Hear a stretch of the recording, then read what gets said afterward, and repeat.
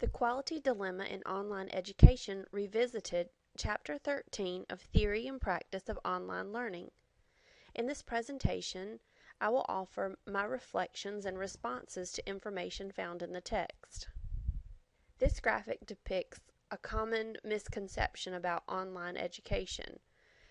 The photograph on the left shows two ladies gossiping, and they say, "But she got her degree online." Is this still the way online universities are viewed? I've heard so many comments about my own online education. The most common one is, "Well, it's a good thing your degree will say University of South Carolina and no one will know it was an online program." How do we assess quality in an online education program? This chapter discusses many countries and many industries' programs, frameworks, and systems used to help assure quality online educations.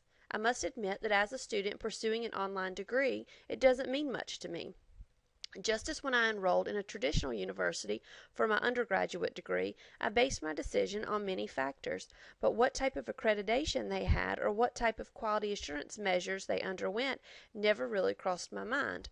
The school that I chose was close to home, had a long-standing reputation as a quality institute of higher learning, and I knew many well-educated and successful people who had graduated from the institution. These are the same factors that I looked at when choosing a master's program. I think all the quality assurance measures that have been put in place over the years have helped the schools develop the reputation they have today, and it will also do the same for non-traditional online institutions. That being said, these quality assurance measures are so important to help online universities develop those long-standing reputations that traditional bricks-and-mortar institutions have been able to build over the years. According to Dolance and Norris, colleges and universities had to find a way to survive in the transition from the industrial age to the age of information. One outcome of this transition is that teachers and faculty had to reconceptualize their roles. Learning became more learner-focused and less provider-focused. I'm amazed how little we actually hear our professors talk in our online graduate courses in this program, but I still learn so much. I shared this in a discussion post earlier this week about my own misconceptions of online learning before starting this program. I really thought that for every course I would need to listen to a narrated PowerPoint presentation of a lecture or watch online videos of lecture. I was actually let down a little in the beginning when that didn't happen.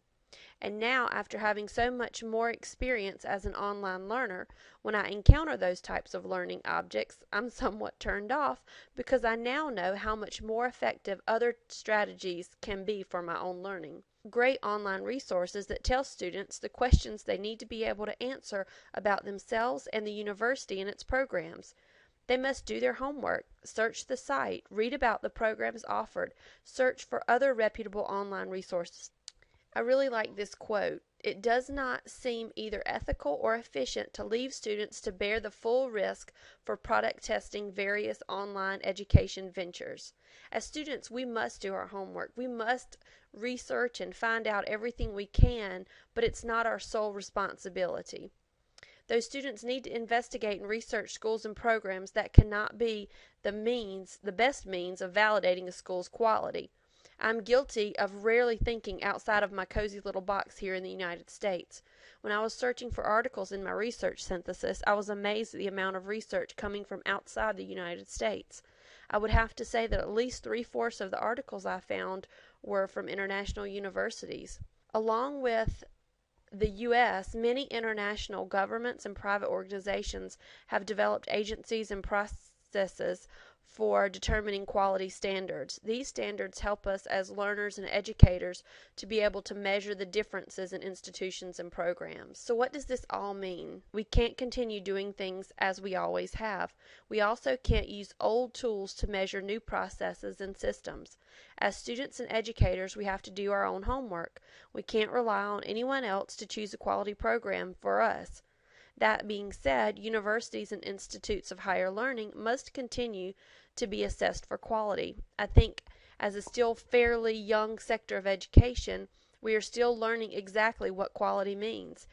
And as with anything, time helps. Through successful experiences, products, programs, etc., institutes will begin to develop and then have to maintain a reputation of quality.